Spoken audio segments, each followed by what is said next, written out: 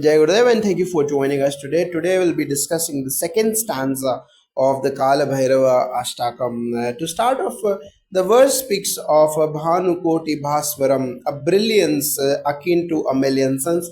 How does Gurudev Shri Shri Ravi Shankar Ji's wisdom help individuals awaken this inner radiance? Yes, Gurudev often reminds us that we are not limited to this body or mind. We are light, we are consciousness to the Sudarshan Kriya, pranayama, and meditation. The veil of dullness is removed, revealing the inner brilliance that is already there. Just as Kala Bhairava represents blazing awareness, these practices make our prana or life energy vibrant and our presence radiant like a million suns. That glow isn't just external, it's the light of awareness that can uplift others. As Gurudev says, when the light inside you is on, no external darkness can touch you. The verse also calls Kara Bhairava as Bhavadadi Tarakam, the one who rescues from the ocean of samsara. How is this achieved through Vedic dharma rituals and practices?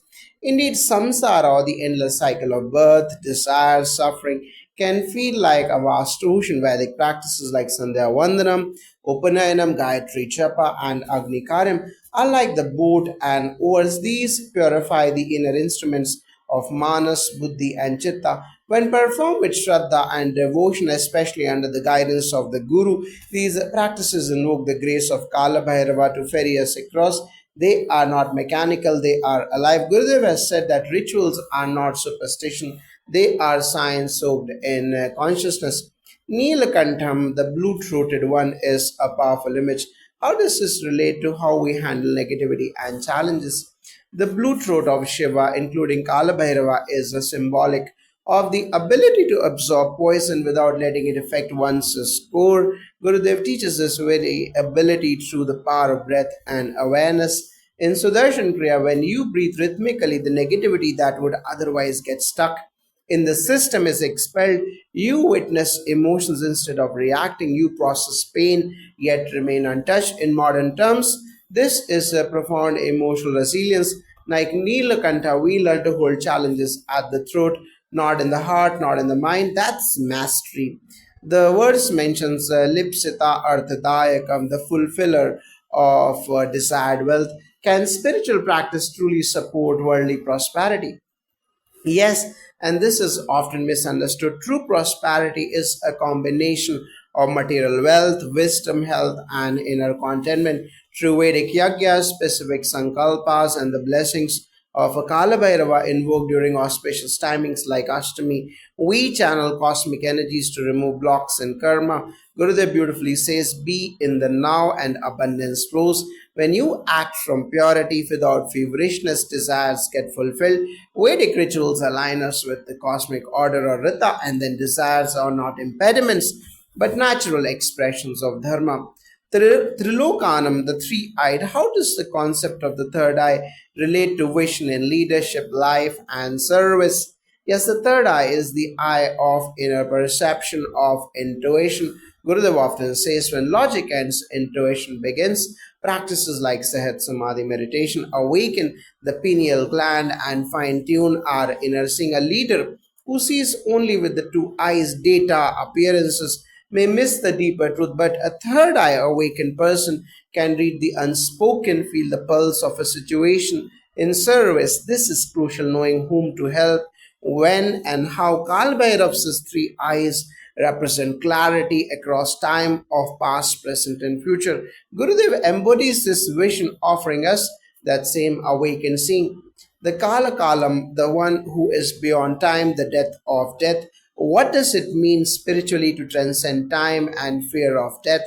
Time controls the body but not the Atman. Kala Bhairava is Kala Kalam, the destroyer of even death. Through Sandhya Vandanam and Trikal Sandhya, we align with the cycles of time and transcend them. Gurudev's teachings show that when you are in deep meditation, time disappears. You are neither young nor old, neither born nor dying. You are Nitya or eternal. Death loses its grip when we touch the timeless. Upanayana prepares a seeker for this to shift identity from body to Brahman. Kala Bhairava doesn't kill death, he reveals it to be an illusion. Ambuja Aksham or lotus side, What is the significance of the lotus in Vedic and spiritual symbolism, and how is it connected to daily life? Yes, the lotus is born in the mud but remains untouched by it. Gurudev constantly encourages us to live in the world but remain unaffected by its dirt, whether it is gossip, stress, or negativity. The lotus eyed vision is one of gentleness, compassion, and inner purity in Padma Sadhana, a sequence designed by Gurudev. The body flows like a lotus blooming and the mind becomes serene. The lotus is also the Sahasrara chakra, the highest spiritual center. Kala Bhairav's lotus eyes remind us to view the world with softness and depth, not from tension but grace. Aksha Shulam, or the trident of control over the three realms. How do spiritual tools help manage our thoughts, emotions, and actions? Yes, the Trishula represents mastery over the three gunas of Sattva, Rajas, Tamas, and the three functions of creation, sustenance, and transformation or destruction. Through practices like mantra chanting, Gayatri Japa, and Homas, these energies are harmonized. The Shula also symbolizes removing three kinds of sorrow of Adhyatmic, inner, Adi Bhautik or external, and Adi Daivik or cosmic. Gurudev often guides yagyas where each mantra pierces ignorance like a trident. When we combine these rituals with wisdom and sadhana, we are not tossed around by emotions or circumstances. Instead, we carry the trident like Kala Bhairava, fearless, steady, and divine. The verse ends with the Aksharam, the imperishable. In today's changing world, how can one anchor in the imperishable truth? Yes, everything in the world changes job, status, even relationships, but what doesn't change is you, the witness. Gurudev's wisdom constantly brings us back to the center in meditation. You realize, I am not the body, I am not the mind, I am unshakable, untouched. This realization of the Aksharam within us brings immense strength and stability, whether you are a student, CEO, or homemaker. This anchoring transforms your life. You respond rather than react. Kala Bhairava is imperishable not because he avoids change, but because he is the eternal presence behind all change. Yes, so the verse starts with Bhanukoti Bhaswaram, brilliance like a million suns. How can this metaphor help leaders and entrepreneurs today shine through complex challenges? Yes, in today's fast moving world, be it a boardroom, a startup pitch, or a government assembly, the ability to radiate clarity, charisma, and confidence is essential. Gurudev says the inner silence is the mother of dynamic action. When entrepreneurs or leaders meditate, practice Sudarshan Kriya, and take time for introspection, their mind becomes like a polished mirror. It reflects truth without distortion. This is Bhanukoti Bhaswaram in real time. Such leaders can cut through confusion with intuition led decisions, communicate with a luminous presence, and energize their teams effortlessly. This inner radiance attracts investors, unites NGOs, or even wins elections, not by manipulation but by authenticity. Bhava Bhava Bhabdi Tarakamparam, rescuer from the ocean of samsara in the high pressure zones of corporate and political life. How is this practically achieved? Yes, the ocean of bhava, of stress, burnout, ethical compromise is very real in these sectors. CEOs may have success but no sleep. Ministers may wield power but feel hollow. The Kala Bhairava principle teaches inner mastery through Gayatri Japa, Sandhya Vandanam, and Trikal Sandhya. One resets their inner compass three times a day, aligning with the cosmic rhythms in NGOs. Activists who engage in intense field work are often overwhelmed. Rituals like Agni Karyam or even listening to Vedic chants offer deep healing and rejuvenation. Gurudev says, if you are drowning, stop flailing and float. These practices teach us to float in grace amidst chaos. Neelakantam, blue throated one who drank poison yet remained calm. How can professionals use this wisdom in boardroom politics or public crisis? Absolutely vital. In startups, politics, and NGOs, people often face criticism, betrayal, or blame. Gurudev reminds us, don't let poison go to your heart, hold it in your throat. Neelakanta's symbolism teaches emotional containment through daily Sudarshan Kriya. You train your nervous system not to store stress in corporate environments When someone lashes out in a meeting, the impulse is to retaliate or suppress. Instead, leaders with spiritual grounding stay composed, absorb the energy, and transform it into strategy. That's Nilkantam in action, digesting poison and converting it into wisdom without emotional residue. Lipsita Arthadayakam, grantor of desired prosperity. How can spiritual tools help entrepreneurs and NGOs attract abundance and funding ethically? In the Vedic tradition, abundance is not just money, it is flow. Lakshmi Gurudev beautifully says, when your mind is free from lack, abundance begins to flow naturally. Entrepreneurs often chase investors with anxiety, but Vedic rituals like Sankalpa based Yagya, Guru Puja, and Kshetra Palana Devata Upasana remove karmic blocks and bring grace into the financial ecosystem. In NGOs, when projects are rooted in dharma and offered with selflessness, resources find them. One startup founder told me his revenue doubled after doing Guru Puja before every strategy meet. Kalabhairava grants well, but only when it serves a higher cause. The next epitaph of Trilokanam, the three-eyed one, suggests deeper perception. How does this apply to visionaries in governance, social service, or innovation? Yes, leaders with just two eyes see the surface, data, numbers, polls. The third eye sees deeper intent, impact, intuition. Gurudev has trained many political and corporate leaders to meditate and develop this third eye awareness.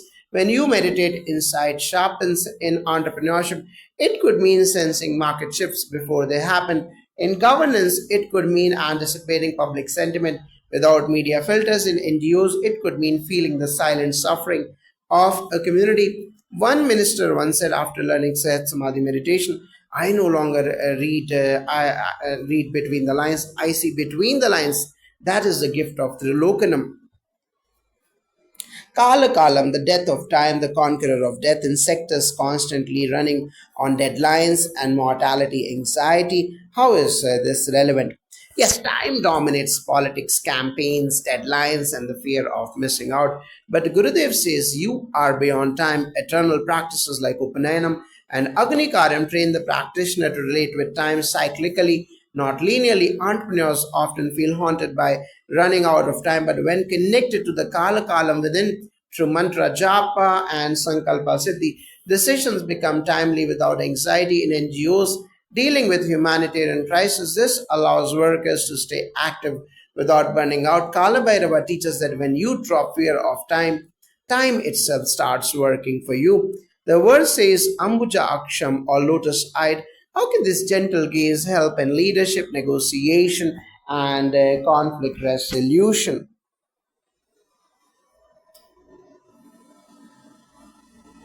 Yes, in Gurudev's presence, you will notice one thing. His gaze softens you. It's never piercing or judgmental. That's Ambuja Aksha in the corporate or NGO sector. Soft power is far more sustainable than aggression. A lotus eye sees imperfection yet responds with empathy. This is how Gurudev teaches conflict resolution by seeing the divinity in the other. First, in political negotiations, this vision can transform enemy into ally. In social work, this case empowers communities, not pities them. When your perception becomes pure, your leadership becomes magnetic. The lotus sees beauty, not dirt, even in the mud. Aksha the trident upholding the universe. How can leaders balance action across domains using this principle?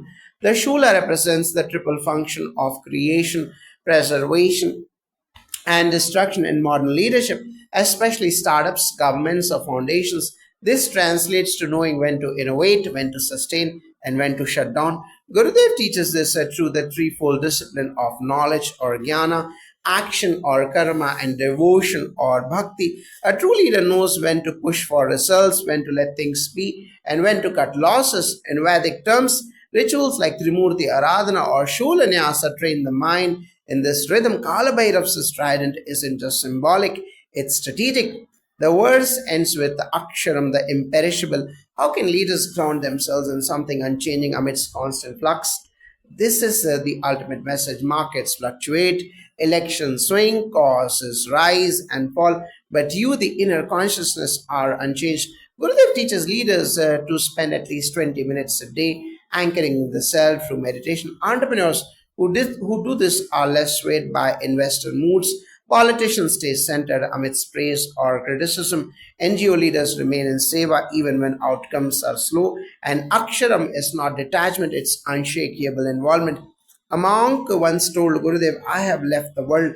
Gurudev smiled and said, but the world hasn't left you. When you connect to the imperishable, the world can't shake you. Jai Gurudev.